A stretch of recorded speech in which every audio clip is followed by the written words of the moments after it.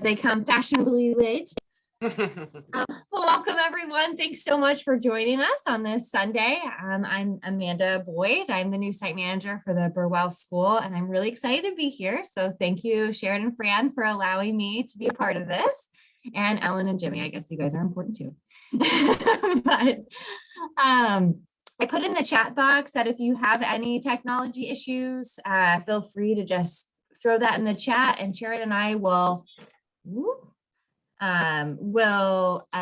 address those. Also, there'll be a short Q&A session afterwards, and Sharon will be hosting that. So think of your questions, and then you can throw them in the chat box once we are all said and done.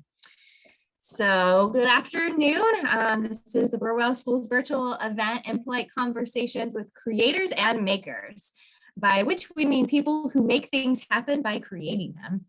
This afternoon, Jimmy Holcomb will be talking to Miss Ellen Steinberg. Previously in the series, we've talked to writer Hal Crowther, painter John Bierman, and Hillsborough's manager of public spaces, Stephanie Trueblood, which that is a mouthful in itself. But we wanted to make, what we wanted to do with the series is to explore the possibilities of spontaneity that happen in genuine conversation to get to the root of creativity. And to do that in a community setting so that people can recognize the amount of creativity that's actually happening in our community and also celebrate it. Before we begin, let me introduce to you our host, Jimmy Holcomb, for those who might not know. Let me admit this person. So Jimmy might be our own Dick Cavett. He's a designer, an artist, a writer, a dancer, a gardener. Does the list ever stop? We'll put a period there for time's sake. After 10 years working in editorial design in New York and Madrid, he returned 30 years ago to North Carolina, where he was raised. With his husband, architect Fred Stewart, he's doing well with his goal of seeing all the important Renaissance gardens of Italy. Jimmy has always been a keen observer. He still has his 4th grade sociological notes about his fellow school bus passengers, which would be intriguing. And in New York, he kept a portrait gallery of characters he'd seen on the streets. He learned there that everybody is from somewhere and everybody has a story. Jimmy is curious and hopes to stay that way, as I think we all do. So at this time, I will hand things over to Jimmy. Thank you, Amanda. Can you hear me okay now? Okay. Thanks, Sharon and Fran and everybody else who's helped pull this together again during COVID, which means we need it even more, I think. And we would like it more if we were all together, of course, but it's the next best thing. And thank you, Ellen, for being willing to do this remotely. Don't know if you said so, Amanda, but Ellen's joining us from outside Philly, I'm thinking. Inside Is it outside Philly? Inside Philly. Ooh. Yeah. Ooh. Nice. So just thank you for being willing to do it. Probably it would be more fun for you if we were all together in a room, but we'll tough this out. Yes. So let's just jump right in then. I'm going to do my, I usually do like a quick, my interpretation of, of my victims' lives, and then you can correct me. So you grew up outside of Philly, right? Is that right? I did. And I just want to say thank you for having me before we go. But yes, I grew up in the suburbs, about 20 minutes from Center City. Mm-hmm. Yeah, so very close.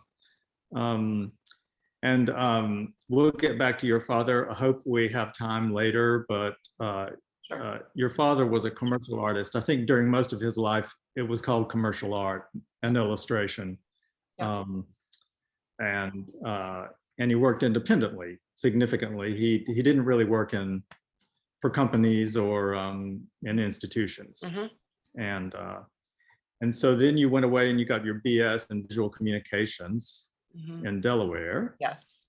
Right. So I'm really getting this down to the nub.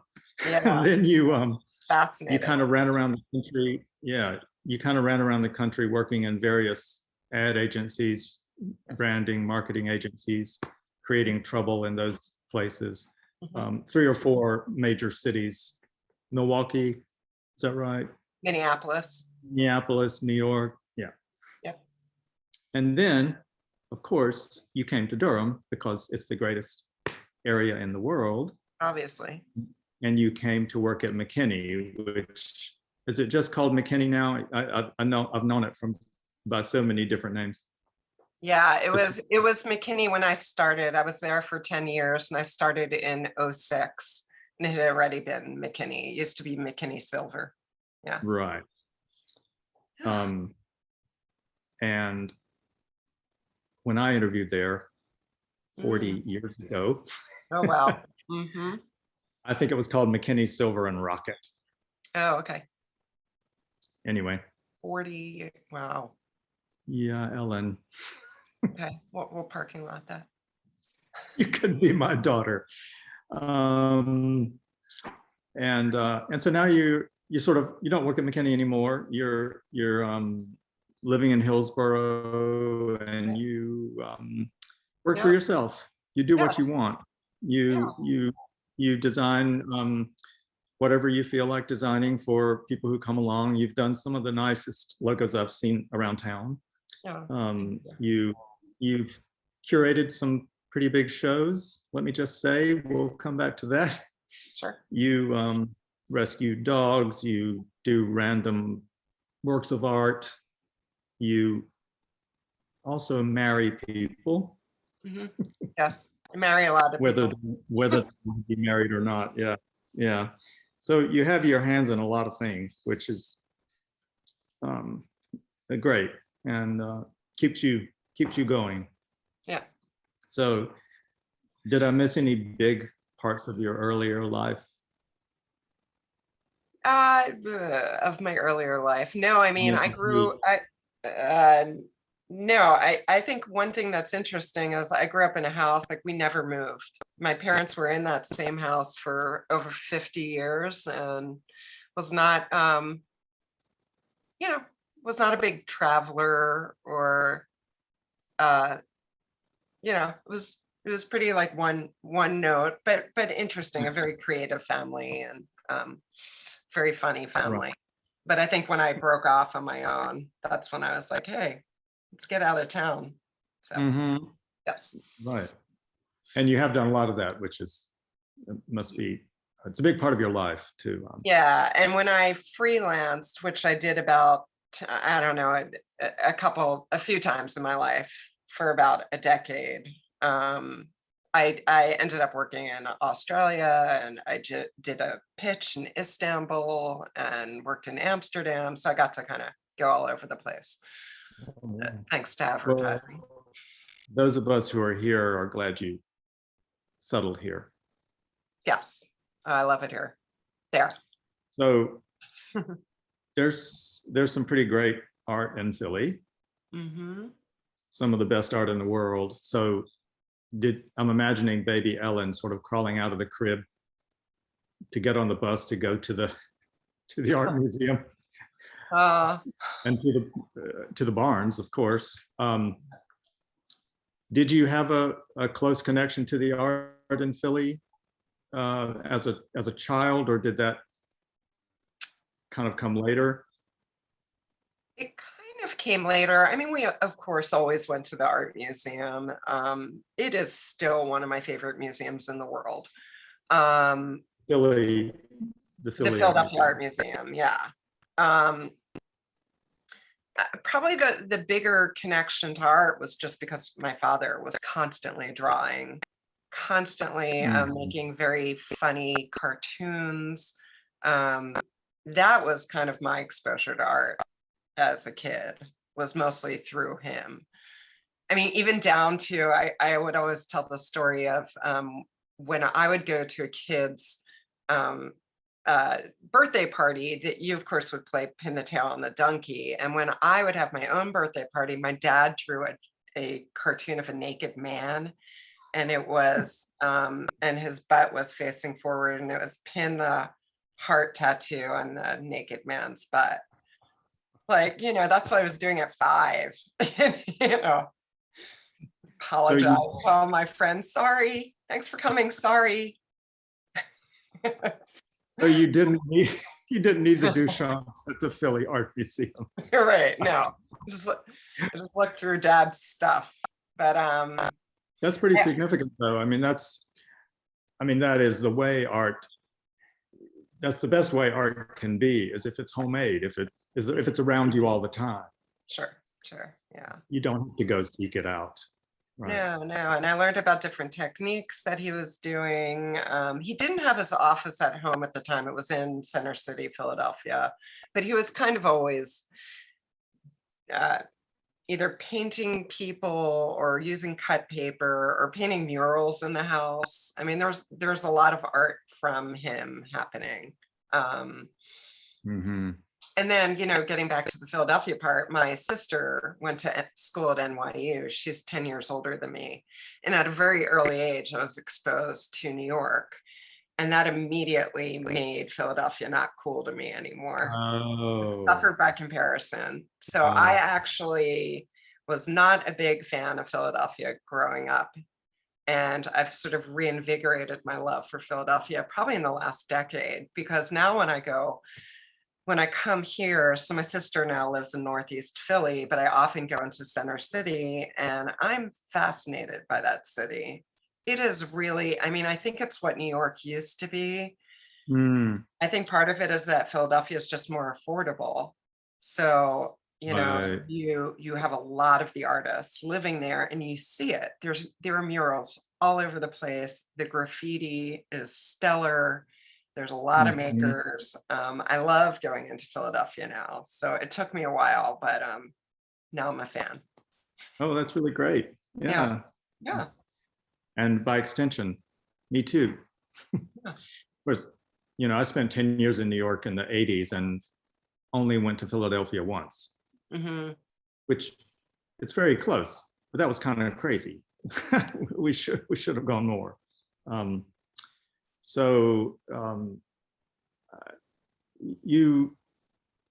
gonna just sort of say that I've always avoided working in ad agencies, and you've spent most of your working career in agencies. Is that fair to say? And so for people who don't know, I studied what was called visual design in the very early 80s, and some people went and worked in ad agencies. I interviewed at McKinney Silver, I think I told you 40 years ago. Something really made me know pretty quickly that I needed to avoid ad agencies completely.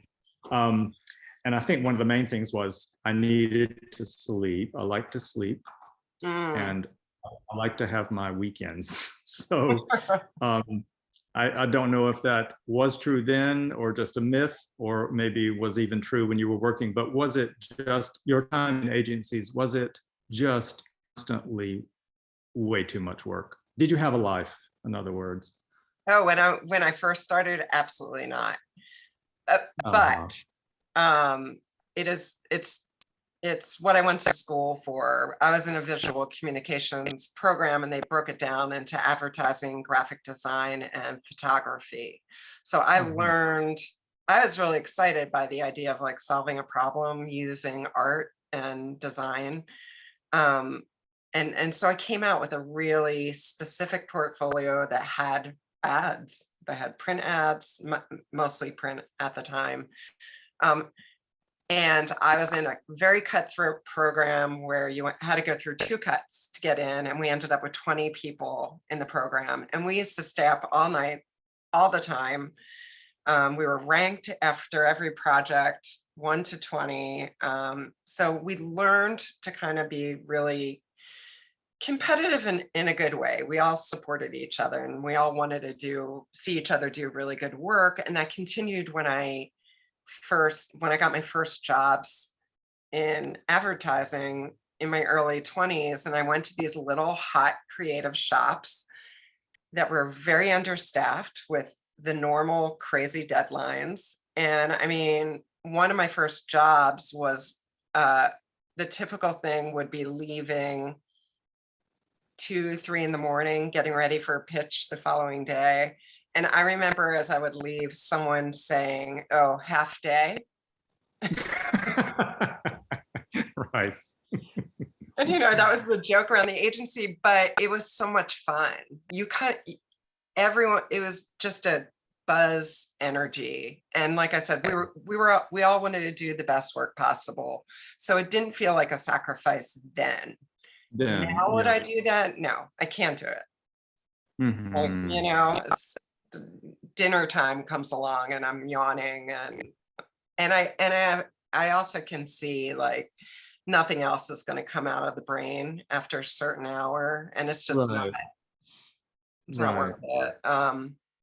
Now, if I was working on a pitch now and it required you to stay up all night, or for example, when I was working on my father's show that I did 2 years ago now, that was pretty intense, and that was a lot of very late nights. So I think, when you're super excited about it, you just you do it, you find a way to do it.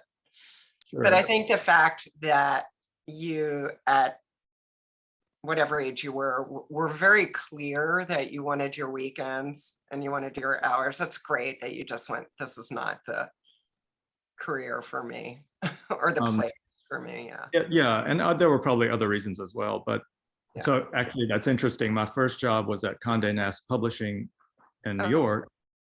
And this was my style. If you worked past 6:30, you got dinner for free and a car ride home. And I never once worked on the weekend. So that was really my speed. Yeah, that was my speed. So do you remember your first client presentation in your job? Yeah. So a presentation that you were responsible for with a client. With a client. No, what's funny is when I became a creative director, I was 10 years probably in the biz. That's when I was presenting in front of clients. At some of my earlier jobs, you just never went to the client meetings. The owners went.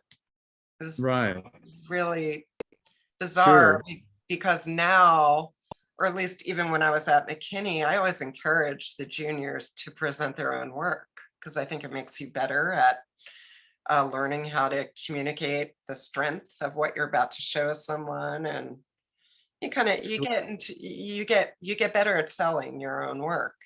Well, sure. You of course have birthed it and you think it's great, but someone who hasn't seen it before needs to understand like how it's solving the strategy of the problem and how it will, in this case, help sales.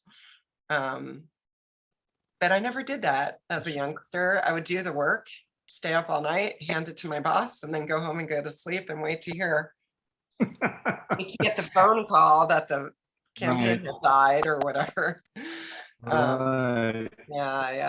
That would never happen. But there was a first time later in your life that there was a first. But do you remember because it's scary. It can be very scary if you're not if you're not a person. Some people aren't. They're great designers. They're not people. But do you remember it being just kind of sick to your stomach scary, or was that also exciting to you to be able to sit with a client and? I did. So I don't remember who the first client was, but I'll tell you, I probably had the same feeling that I have even today, which is it's that combination of terrifying and exhilarating, and then also reminding yourself like you believe in this piece and you really want them to see that. So there's a responsibility that you feel like, even if you're nervous and scared. I mean, and the worst is when you're presenting to huge companies like insurance companies in the Midwest, which was one of my clients for years. It is right out of a movie. You go into a really huge wood paneled boardroom that has a giant table with people in suits who are like the least creative people looking at you, yawning, And you have to first of all wake them up and then get them to see that you are business minded. This isn't just crazy art solution. Right. And then you have to dazzle them and get them to appreciate the piece. So I think I kind of was excited and terrified by that. And then I think the more that I did it, I realized like that becomes a little performance in itself. And that's kind of, it's exciting to design that. Sure. You know? Yeah. Sure. Right. Yeah. And I mean, and so the first thing you have to do is sell it to yourself. You have to buy it completely yourself in order to be able to sell it to anyone else. Yeah. You also have to see the boss. So there's many layers that has to go through to even get out the door to the client. Oh, sure. Right. So I think you've said, this goes back, I guess, to the early 2000s. You've said that at that point, at least in your career in that field, there weren't so many women. Yeah. Even then. Mm-hmm. So that's interesting to think. Surely by 2002 or mid 2000s, there were as many women as men, but no. Yeah. So did you feel the actual condition of that directly? Yeah, I've always felt that. I've had the fortune of working in places where I'm really respected. That's made a big difference. I've had a lot of female friends who are creatives in the business, and we're always talking about the fact that it's a mostly male-driven business. And I've heard stories of where it's not cool in that they're constantly reminded that they're a female. I've been really lucky. I've worked at places where people just like my work, and I haven't felt either judged or I can't think of the word, but yeah, I can't even think of an experience now aside from there are many times where I was like, here we go. Let's start the impolite. No, there were many times where I was brought into initial meetings with clients just to be the token gal in the room. But you know what? I would call them on it and I would just say, yeah, I know what's going on here. And I wouldn't say it like that, but I'm not going to say what I said.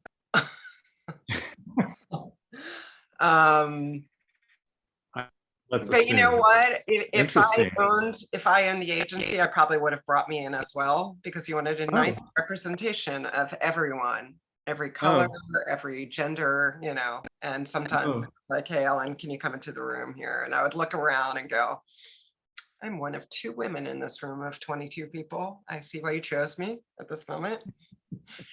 And I could have a sense of humor about it. Well, that's probably the most important thing. So as I was thinking back about advertising and my brushes with advertising and marketing in my life, I remembered that years ago, maybe not so much recently, we used to always hear advertising is evil, marketing is evil. And I never fully understood that because that's how I made money. But so I decided to Google it and see where we were with that theory now. And where are we? Yeah, so this, how Google tells you what other people are searching when you search for a term? Yeah, so so it says other people are asking, is marketing inherently evil? And is marketing good or evil? And why is marketing bad for society? I don't think of you as evil, Ellen. Thank you. Why have you worked in this evil career your whole life? So I always say when people just slam advertising, I usually slam it along with them, in that I think 99% of advertising is horrible, because I think it talks down to most people. It assumes we're idiots. I mean, just think of most commercials. If you watch TV and actually see commercials anymore, or anything you're served up online, it usually makes you roll your eyes, or you're annoyed just in the premise that they've interrupted whatever you're doing. So Sure. yeah, so I very early on, even just in school, I wanted to do advertising that didn't get people to hate me for already interrupting their time. I wanted to entertain them or make them laugh, and yes, it can be really annoying, and most of it is still really bad. But when it's good, it's a great platform to reach a lot of people. So some of the best, most memorable projects that I've worked on have been for something in the public service or a pro bono thing that can actually change people's minds, not just to sell a project or a product, to get them to make a choice to better the world. Those have been the most meaningful projects for me. And if you think about it, the advertising space is a way to talk to a ton of people, so Right. the problem is Right. people just don't use it very wisely or intelligently. So But that's a question of quality. yeah. But I have had a really fortunate career where I've worked at some of the most creative agencies, even in the world. And they have done work that have a lot of times used humor. I think humor is a great way in to get people to fall in love with a brand, to get people to, make a choice that they maybe wouldn't have thought to make in a good way. So I've been really lucky. I've worked at the good places that do the good work. I mean, I've also sold bourbon, or I've helped sell bourbon and jeans and cameras and insurance, and but it's all tied up in, it's also Sure. jobs and livelihood, and so my personal goal is just not to infiltrate the world with bad work. That's been my goal. Let's assume you haven't done that very much. But I think what a lot of people would say if you just asked them in an elevator, they would say, "Oh, advertising just makes people buy things they don't need." You don't want. That's what we've always heard. Mhm. But the list of clients that you just mentioned, the bourbon and the jeans, I'm sure your meetings and your discussions about the project were more about, let's get them to buy this bourbon versus that bourbon, not let's get them to drink bourbon. Right. And so I never really thought that was very valid, that advertising can make people buy things they don't need. Plus, I just think we all have a choice, Yeah. And there's also some famous phrase that's something like, I'm probably going to get it wrong. Nothing kills a product. Oh, geez.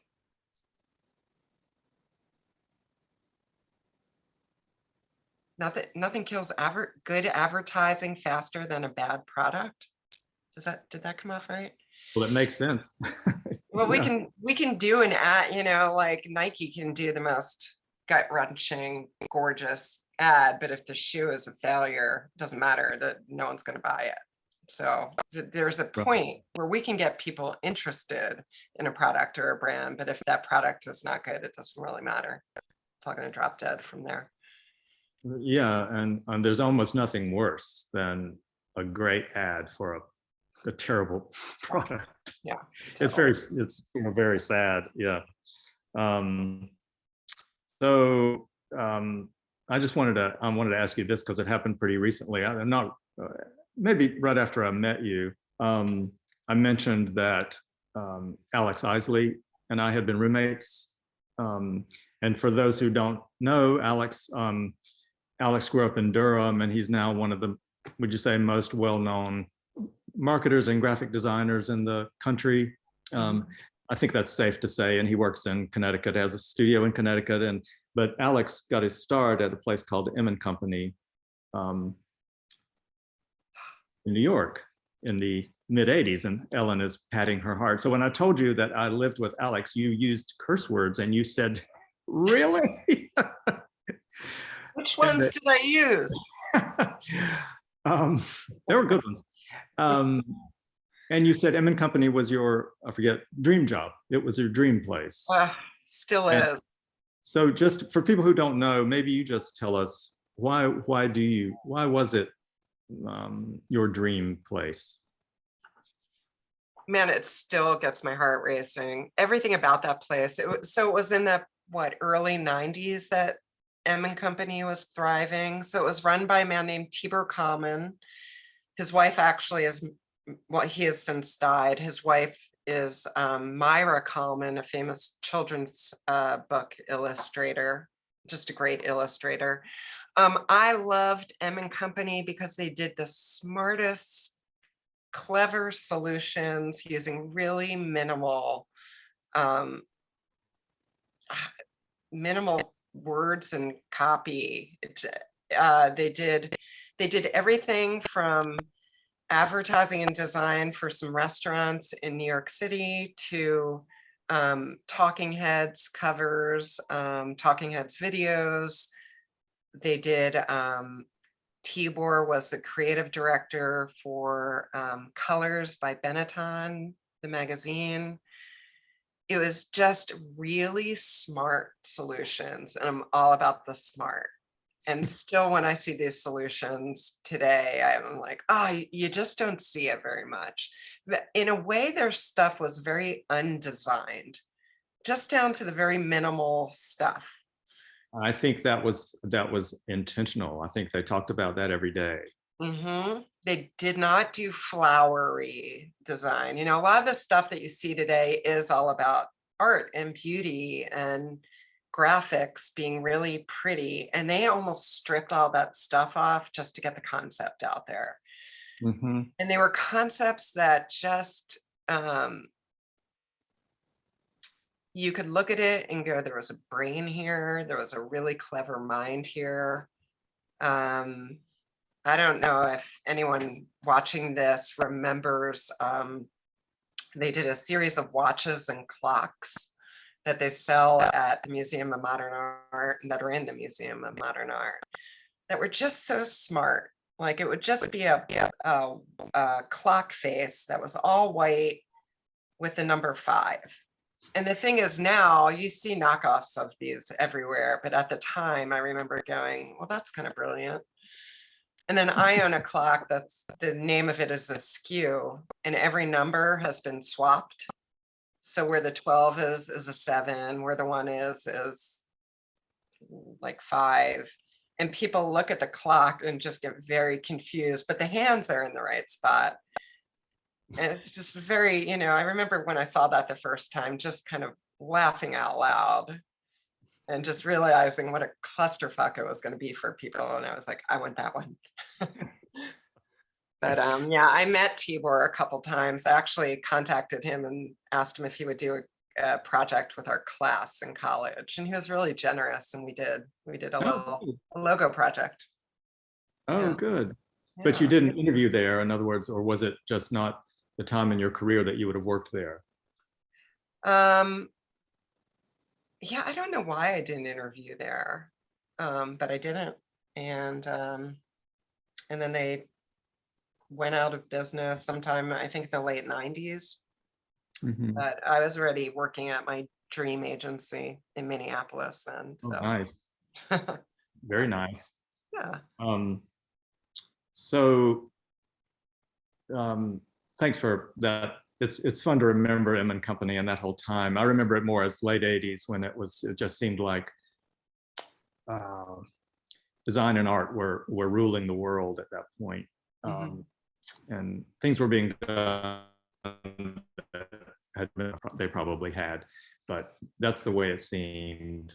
And so let's see. Did you ever want to smack a client? Oh my God. All the time. Still do. I think that's the hardest part of the job is that, I always tell students this is you need to have a tough skin. You need to have a thick skin because your work is primarily going to die. It's very hard to get the good work through because I think clients are scared, and I get it. They're spending millions of dollars. Right. And this is why most of the advertising we see, 99% of it is bad, is because the dangerous work, which is risky for them in their eyes, it's easier to buy something that's safe, that's a sure thing, and that maybe won't offend someone or just run any risk of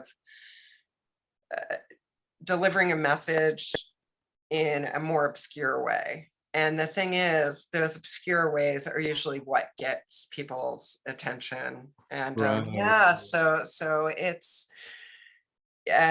constant disappointment. It really is. And so you really need to, if you're going to choose to be in the business, it's also super fun. I mean, if anyone's ever watched Mad Men, a lot of that still is pretty true. It's a fun business. You get to, if and when you do sell something, you're kind of going off to Hollywood to shoot it, and it's exciting. But a lot of the time you're going back to the drawing board over and over again. And you have to, this is something I would also always tell students, is give yourself a contained time to grieve. You just created the very best thing, the most brilliant solution for a problem, and you've never seen anything like it, and it was fabulous, and it checked all the boxes of the brief, and the client didn't buy it. So you have 24 hours to grieve, like be with it full on, and then bring that energy back and solve it in a different way. And 9 times out of 10, the new way that you solve it is even better than what you didn't sell the first time. Yeah. Oh, yeah. But you can't know in the moment. You can't know that. But yeah. No, and you have to go home and you have to tell yourself that the client is the most evil person in the world and the biggest idiot and every other thing. It's just like the way it works. Yeah. Yeah. But, there's a reason this whole business is called, back then with my dad, it was commercial art, and now it's, whatever it is, graphic design, advertising. But this is not just art. You're selling it to someone is buying your art, and there's a purpose for it. So if you want to do art and not get frustrated with people telling you what to do and not buying it, then that's a separate art. But this is part of this game is about there's a client. There's always a client. There's always a client. So you have to make peace with that and find a way to keep doing it. That's actually what's thrilling about it. Otherwise, you just sort of, you don't have anything to push against. So the client on your shoulder is kind of thrilling, even as evil as they are. But I was watching some clips of Paul Rand interviews recently. And for those who don't know, Paul Rand is maybe the most well-known designer, brander in the latter part of the 20th century. He did the ABC television logo that's still used, I think. Westinghouse, UPS, IBM, the IBM logo, on and on and on and on. And he said, sort of what you were just saying about the clients. He said, you have to be, when you're designing, you have to be impractical at the same time that you're being practical. And I took that, for me, that means, you have to surprise yourself. You have to scare yourself. You have to be willing to scare the client. at the same time that it has to solve their problem. Right. And Tricky it is game. fun. It's very thrilling. Yeah. Yeah. When it works, it's great. Right. Exactly. Yeah. And the rest of the time it's evil. So I don't know how we're doing on time, but I really want to save time for your father. But I think this is kind of critical to ask you about. You've served on a lot of juries, design and advertising juries to select the best advertising of the year, et cetera.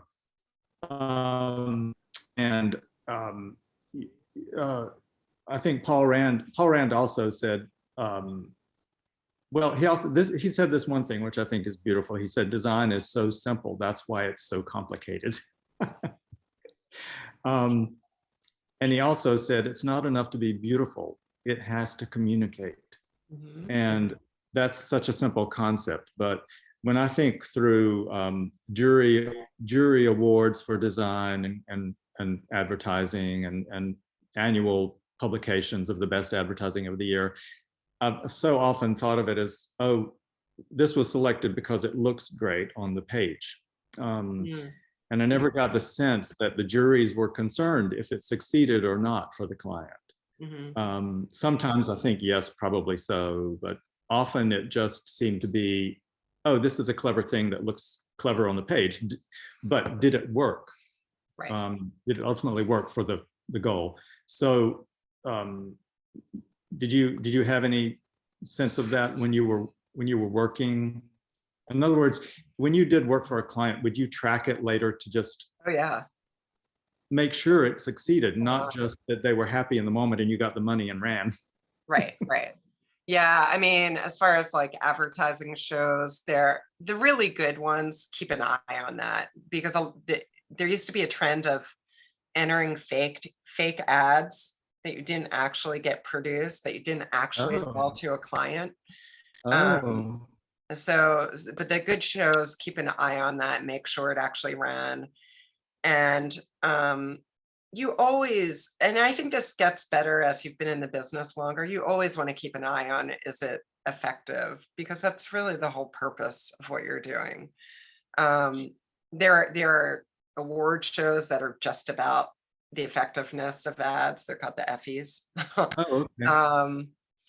But yeah, I mean, I think especially as a manager in advertising, if you're doing all this work and it's not helping sales, first of all, you're not going to keep getting more projects. You're no longer going to be the agency on record, because they're going to realize like, wow, we spent millions of dollars and we're not seeing any growth. So you really want to keep your eye on that, and you start to kind of get better at that as you're in the business longer, of just like, what is it that people want to see? What is it that will get them to purchase a product? And this is not just the creative people. You have a strategy arm, you have account services, you have people that are doing, all the research on context and just all the audience numbers, your target audience, everything. So there's all different arms of the agency that are helping sort of uncover what will make something effective. But you have to keep an eye on that. Otherwise, there's no reason to be doing what you're doing, Right.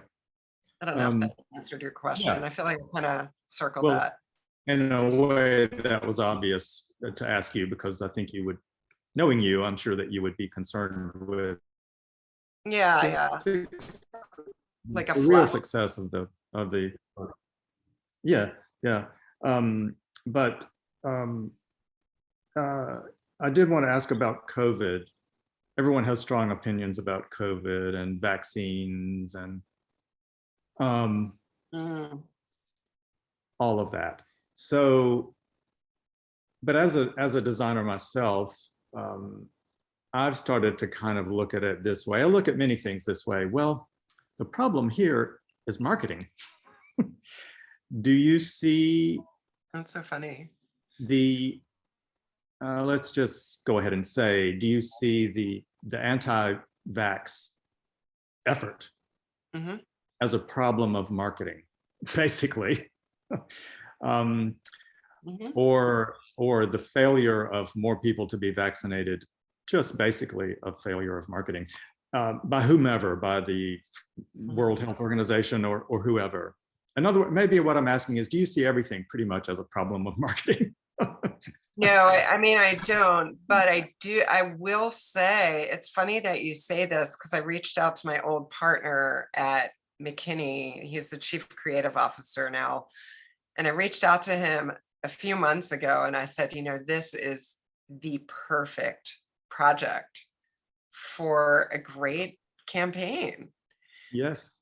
Because I think we have to change people's minds. I think a lot of people have the wrong perception for whatever reason. They're either being flooded with misinformation or their friends are whispering in their ears. But in my opinion, this is the perfect advertising assignment. Because it's like, Right. here's the perfect brief, has your target audience, what their perception is right now, what we need to achieve, an insight. There's usually a key insight to wrap a creative message around. But this is a dreamy project. And now, do I think it's all marketing? That no, I don't think it's that black and white, but I sure think it would help. You really think it would do. help. Yeah, and because marketing is being done. Mhm. It is being done. And so it's not that marketing, no one ever thought that to try to market this. But do you lay on your back deck sort of dreaming up campaigns for how to get people vaccinated? No, but what I would love to do is, like, I would love to get a very specific, I would love to have the research people go out and go for the people that are really hard to reach. Because because I'm sure there's many reasons why people are not doing it. I would love to find perhaps the most ridiculous or the most unique and go against that. Because I would love that challenge. Because it's like, what can I say to them, knowing what they know or think, and flip it around? And I totally believe there's a way to do that. Yeah, you believe there's a way to do it. I believe there's a way to do it. Yeah, let's do it. Okay. So when we get all these people off this call, let's start on that. We'll have it solved in about 15 minutes. Exactly. What have we been doing all this time?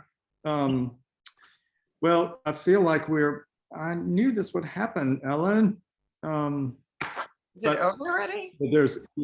No, because I want to ask you about your art. Did you ever think at any point, I'm done with design and having a real job? Did you ever want to be a full-time, I don't know any other way to put it, full-time artist? Full-time artist. Yeah. You did. No, well, I'll tell you what I've learned is to that conversation of that commercial art has a client. When it's just me, I don't produce anything. And that's probably like too concrete a judgment, but it's pretty true. I mean, I find I produce stuff when there's someone to deliver to. And I can produce tons of stuff. When it's just me and I don't have a deadline, I'm not very good at it, to be completely upfront. Well, I want to draw everyone's attention to the letterboard behind Ellen. Ellen has a running, I'm going to call that an art project. Yeah, that's of beautiful letterboard pieces of communication. I think of that as an art piece that is ongoing for you.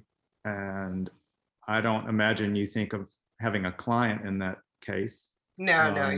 Okay, that's true. That's a good example. Thank you for bringing that up. Well, you put it right there. Yeah, it's right here. So this is something I started probably 20 years ago. And I think what's interesting about this is that it's a way for me to very quickly express something either that I'm feeling or commentary on what's going on in the world, or a reaction to an upcoming holiday, whatever. But I don't have many letters, so it requires me to distill the thought down to a very succinct, and I always try it to be a little bit clever. And it's interesting because it's almost the same discipline that you have to use for a 30-second TV commercial or a print ad. Just get the idea down and edit it, you know? And it's great So that you yeah, have I mean, limited- I'm sorry. It's great that you have limited characters. Yes, and I keep losing them. And all of a sudden I'm down to like 1 R. Like, oh shit. Okay. Challenge. I can do No, it. I think of that as art, but I hear you. I hear you. I mean, that is, art is scary. I think of design as fun and thrilling because there's a client telling you what their problem is. It's all laid out in front of you, basically. Mhm. If you're sitting down in front of the blank canvas, there's no one telling you what to do. Yeah, and I'm really fascinated by people that can just produce and produce. And, you know, I know you're an amazing artist, and I don't know if you get into this space where you're drawn to, express how you're seeing an image in Italy, or your husband, or whatever it is. I'm sort of in awe of people that will keep producing whatever their art is without a fire behind them, because the fire is what gets me going. Like, Yeah. the building's burning, you know, I must do this right now. Well, so you haven't really thought that you would pursue an art. I life. have, but I haven't been impressed with myself for actually. And then I find like I'll be sitting there sort of struggling with, oh, I wish I was doing more of blank, sort of beating myself up that I'm not doing it. And then simultaneously, a friend will be opening a store, and I'll go, do you need a logo? And I'll, work for the next 24 hours to get them a logo. Right. No problem there. Which it's all creative. It's a creative life, no matter how it comes out. And I know that you find that's what keeps you going. Yeah. Your inventive mind. And so I really do want to talk about Sid, just because I think we have to, and it was so incredible what you did last year, a year and a half ago, almost 2 years ago. And so maybe there's a quick way of telling people who don't know, but I'll just jump in and say that in that scenario, I think you probably thought of your father's life as your client. You kind of ended up branding your father. You ended up branding your father's life's work. And is that how you look at it? Okay, you went a little robotic on me, so I tend to do that. No, I was just saying you branded your father. Yeah, well, I guess I branded a show in a way. So basically I did a retrospective of my father's work a year and a half ago called The Sid Show. His name was Sid Steinberg. Great. And it did call on all the practices that I'd been doing for my whole career, and that I had to figure out how to tell a story, how to have a flow, how to edit down his best work and figure it, as most curators do, find the sections and the things that would make for a most dazzling experience of his show, of his, just work in general. Yeah, and then simultaneously was absolutely branding it, because I mean, just getting down to the super details. he illustrated type, and he had, I mean, he had a lot of print materials. So it was primarily a show of different kinds of print with design, with copy and everything. And then when I wanted to do the object labels that you would see in a normal show, it blended right in with his work. So I quickly went, I need to give this show itself a look so that I can separate out, here's the storytelling that goes with his printed materials. So that was kind of an interesting challenge. Yeah. As Well, was just kind of using my creative director eyes on my own father's work, felt a little bit dirty in the beginning, you know. I can Just, see that. Yeah. yeah, you know, no one wants to go through their relatives' work and be judgmental and be like, well, this is better than this, or this is crap and this is great. But you know, I really didn't want to put the crap in. And then, Well, you know, sure. Yeah, sure. and I don't think he would. I was like, what would he say? And he would go, I know he would go like, yeah, it's not my best piece. Put in that other piece instead, or just leave this out.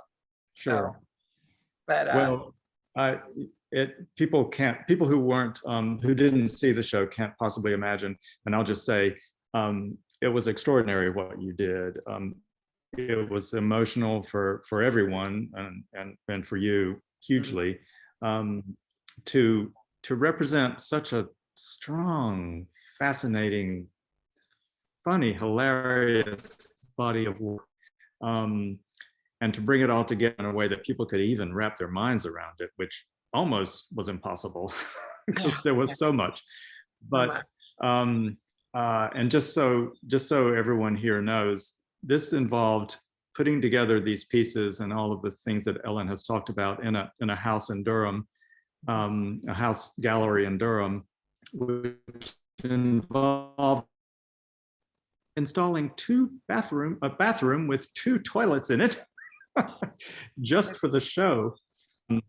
It was completely and utterly over the top, and it was really wonderful as a concept and as a curatorial endeavor. And then the whole world shut down. yeah, on our closing. The final show was March 13th, and we had to cancel the closing event. And then the world shut down. Right. So coincidence? I don't know. It was a lot of people's last big event. It was worth it. Yeah, it was a good last event. And I think we do have to mention Pip, just because that's why you now are famous worldwide. Sure. Have you boiled this down to a 1-minute story of Pip? I'll try, but for anyone that doesn't know, I fostered, as soon as we went into lockdown last year, I said, what is something I can do during this time that I would not be able to do normally or wouldn't choose to do? And because I travel a lot, I was like, I'm going to get a foster dog. I'm going to foster a dog that probably is not going to, that's going to need to be pulled out of the shelter. I had no idea. Of course, everyone would be adopting a dog. But this one dog was basically, I'm going to really try to do this. It lived on a boat with its Australian family that was traveling the world. They were in the US, in the Key West area, when lockdown in Australia happened. And they had to quickly go home, leave their boat, and leave their 8-pound dog, Pip. So I fostered the dog, and the dog, because Australia still hasn't opened up, we had to get the dog back to Australia. And it became, honestly, one of the most heartwarming, positive stories to happen in a time where everything was just falling apart. Everyone was hopeless. It was really like the key time of the pandemic where people were just falling apart. And there was a little sausage dog that we had to get to Los Angeles, then to Auckland, then to Australia, and then even up to Sydney in Australia. And it ended up being covered in every newspaper around the world. And I'm still not 100% not surprised it was covered, because it was such an amazing story, and I still can't believe I was part of it. Right, right. And yeah, we needed it. And that's exactly what we needed, that little sausage dog. You needed the sausage dog. Yes. But for you, it was just another way of curating your inventive life, I think, is being a part of this, again, over the top story that became bigger and bigger every day. I mean, I was just watching this dog, you know. No. I would love to say it was something bigger than that, but I did feel a responsibility to help get her home. And I got really attached to that mission, even more so than the dog was, we're going to get her home. And so it was this great group effort, an amazing relay team. And a really, like I said, a super heartwarming story that we absolutely all needed. It's a great way. Sure we did. Sure we did. Well, you were the right person for the job. Thank you. I tried. So I'm thinking probably we need to say we'll talk again more later. And I just want to thank you for wanting to do this and for living near us and for designing some truly beautiful things around Hillsborough and around North Carolina. You're one of the best designers I know. Yes. And a pretty cool person. And we'll see you when you get back to North Carolina. Okay, and thank you so much for having me. I was honored that you would ask me. So we do have a few questions, and I too want to thank both of you for this conversation. As a consumer, I appreciated your perspectives. So the first question is for you, Ellen, from the beginning of your career to now, how has your creative outlook changed or evolved?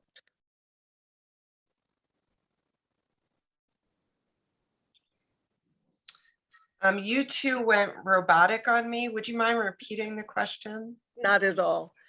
From the beginning of your career to now, how has your creative outlook changed or evolved? I don't, you know, it's funny. My outlook is probably the same as it was in the beginning, where I still want a really, I want a really smart solution to the problem. I think what has changed is just the medium. It's so different from how we used to reach people.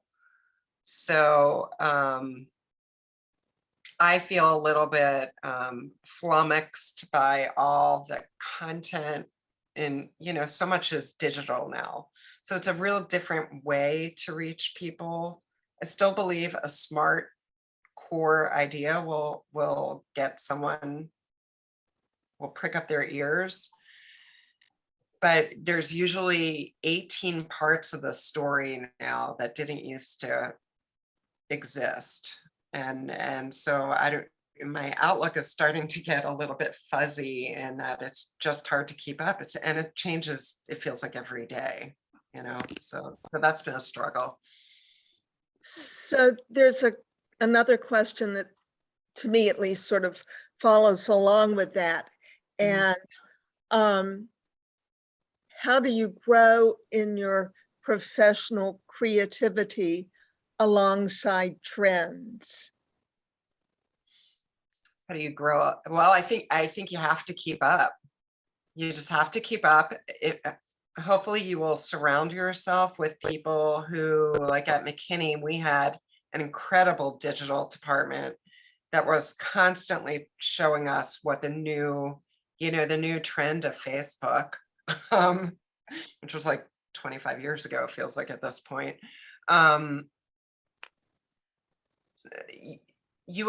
The best thing would be to surround yourself with the people who are staying up on the trends, to explain them to you and to show them the best way to use them, to wrap creativity around. So then another kind of follow-up is, how has the decline of print media impacted the quality of good advertising? I think some people would say it hasn't impacted at all. And I think those people are not the fans of print. Print was always, at one point, print was probably key because that's all you had. And then TV came along. And then it's always a surrounded conversation. So I think now print, there just aren't as many eyes on print anymore. But, I would almost argue that your computer screen is your new magazine. And that's where the eyes are. And I think it's still about the same dance of having a smart through line idea, creatively and elegantly, or let's say sophisticatedly, done so to wrap this simple idea in smart creative. I don't know if that came out like English, but it's still kind of the same dance that you have to do in a different medium now. I personally really miss print. I liked the challenge of a static page with nothing moving, with no sound, with no aided visual imagery that moved. I loved that challenge to do a really smart idea in that.